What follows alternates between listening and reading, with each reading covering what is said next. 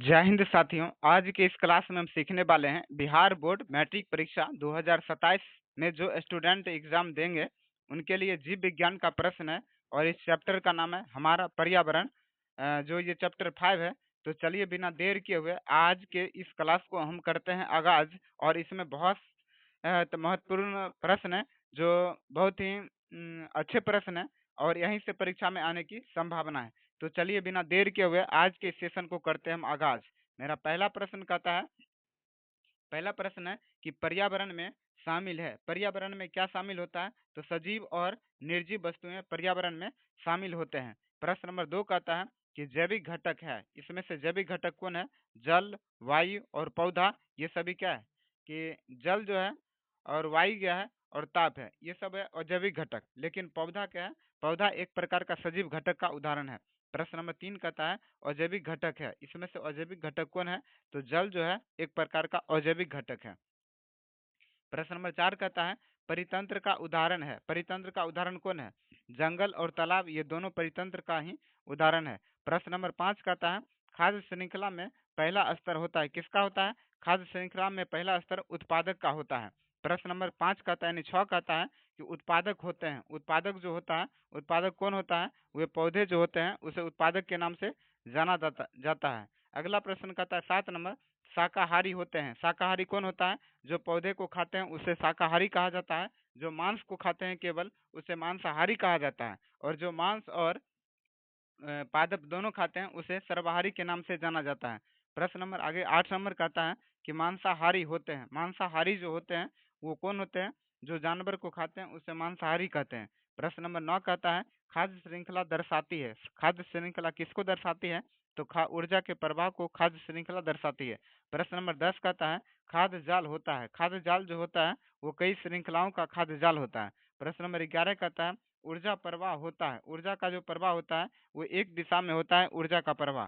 प्रश्न नंबर 12 कहता है ऊर्जा का कितना भाग आगे जाता है? ऊर्जा का मात्र 10% जो भाग रहता है वो आगे ट्रांसफर होता है। प्रश्न नंबर 13 कहता है ट्रॉफिक स्तर क्या है? जो खाद्य श्रृंखला का स्तर होता है उसे ही ट्रॉफिक स्तर के नाम से जाना जाता है। प्रश्न नंबर 14 कहता है दूसरा ट्रॉफिक स्तर क्या है? दूसरा ट्रॉफिक स्तर यानी दूसरा परितंत्र का निर्माण कौन करता है? उसमें शाकाहारी आता है। प्रश्न नंबर 15 कहता है कि तीसरा ट्रॉफिक स्तर है। तीसरा ट्रॉफिक स्तर कौन होता है?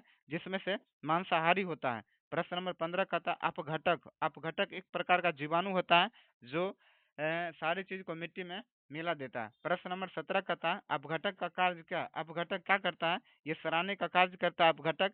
प्रश्न नंबर 18 कहता है जैविक अपघटीय पदार्थ है। जैविक अपघटीय पदार्थ जो होता है वो कागज होता है जिसे जैविक अपघटीय पदार्थ के नाम से जाना जाता है। प्रश्न नंबर 19 कहता है अजैविक घटक कौन होता है? जिसमें जो प्लास्टिक रहता है इसमें अजैविक घटक का उदाहरण है। प्रश्न नंबर 19 कहता है पर्यावरण प्रदूषण का कारण है। पर्यावरण जो प्रदूषण का कारण होता है कचरा, धुआं, रसायन, यानी ये सभी पर्यावरण को प्रदूषित करने का काम करता है।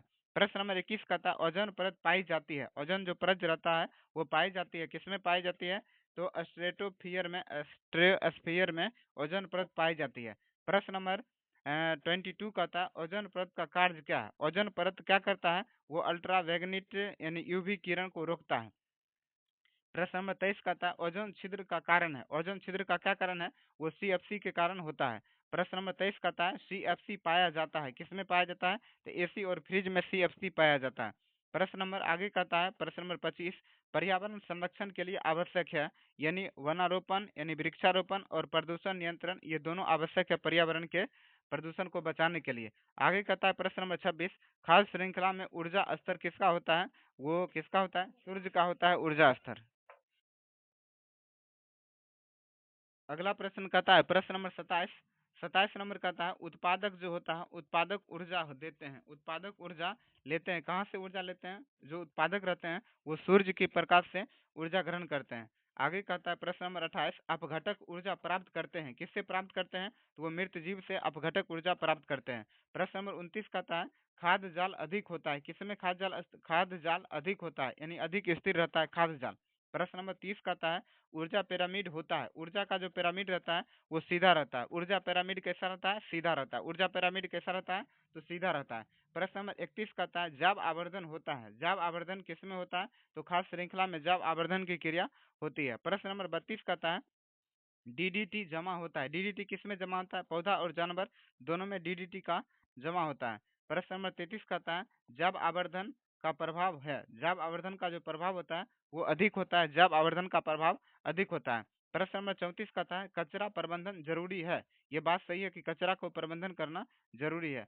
प्रश्न नंबर 35 कहता है पुनः चक्रण है, पुनः चक्रण किसको कहते हैं, जिसको पुनः उपयोग कर सकते हैं उसे ही पुनः चक्रण के नाम से जाना जाता है।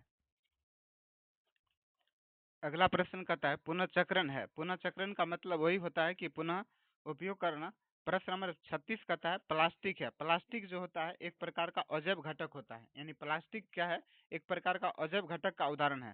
प्रश्न नंबर 37 कहता है प्रदूषण घटाने का उपाय क्या है, प्रदूषण हटाने का जो यानी घटाने का उपाय होता है पेड़ को लगाएंगे और कचरा को कम करेंगे, जिससे हमारे वायुमंडल में प्रदूषण की मात्रा में कमी आएगी।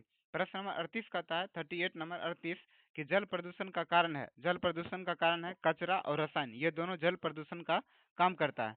प्रश्न नंबर 39 कहता है वायु प्रदूषण किसके कारण होता है, तो वायु प्रदूषण होता है धुआं और गैस के कारण वायु प्रदूषण सबसे ज्यादा होता है। प्रश्न नंबर 40 कहता है मृदा प्रदूषण का कारण है, मृदा प्रदूषण का कारण है कचरा और रसायन, ये मृदा को प्रदूषित करने का काम करता है। प्रश्न नंबर 41 कहता है पर्यावरण की रक्षा क्या है, आवश्यक है, ये बात सही है कि पर्यावरण की रक्षा आवश्यक है। प्रश्न नंबर 42 कहता है खाद्य श्रृंखला टूटने से, खाद्य श्रृंखला टूटने से संतुलन क्या होता है, बिगड़ जाता है।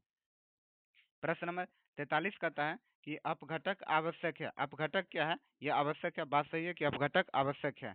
प्रश्न नंबर आगे कहता है 44 नंबर ऊर्जा पुनः चक्रित होती है, यह बात भी सही है कि सॉरी ऊर्जा पुनः चक्रित होती है, ये ऊर्जा को पुनः चक्रित नहीं किया जा सकता है। प्रश्न नंबर 45 कहता है कि पदार्थ चक्रित होते हैं, यह बात सही है कि पदार्थ जो होता है चक्रित होते हैं। आगे प्रश्न नंबर 46 कहता है परितरण परितंत्र संतुलन जरूरी है, ये बात भी सही है कि परितंत्र का संतुलन वायुमंडल में जरूरी है। आगे कहता है कि जीव पर्यावरण निर्भर है, जीव पर्यावरण पर निर्भर है, ये बात बिल्कुल सही है कि जो जीव होता है वो पर्यावरण पर निर्भर करता है। प्रश्न नंबर 48 कहता है पर्यावरण बदल सकता है, ये बात भी बिल्कुल सही है कि पर्यावरण बदल सकता है। प्रश्न नंबर 49 कहता है कि जैव विविधता जरूरी है, ये बात भी बिल्कुल सही है कि जैव विविधता जरूरी है। अगला प्रश्न कहता है पृथ्वी पर जीवन संभव है, तो कहता है कि हाँ पृथ्वी पर जीवन संभव है।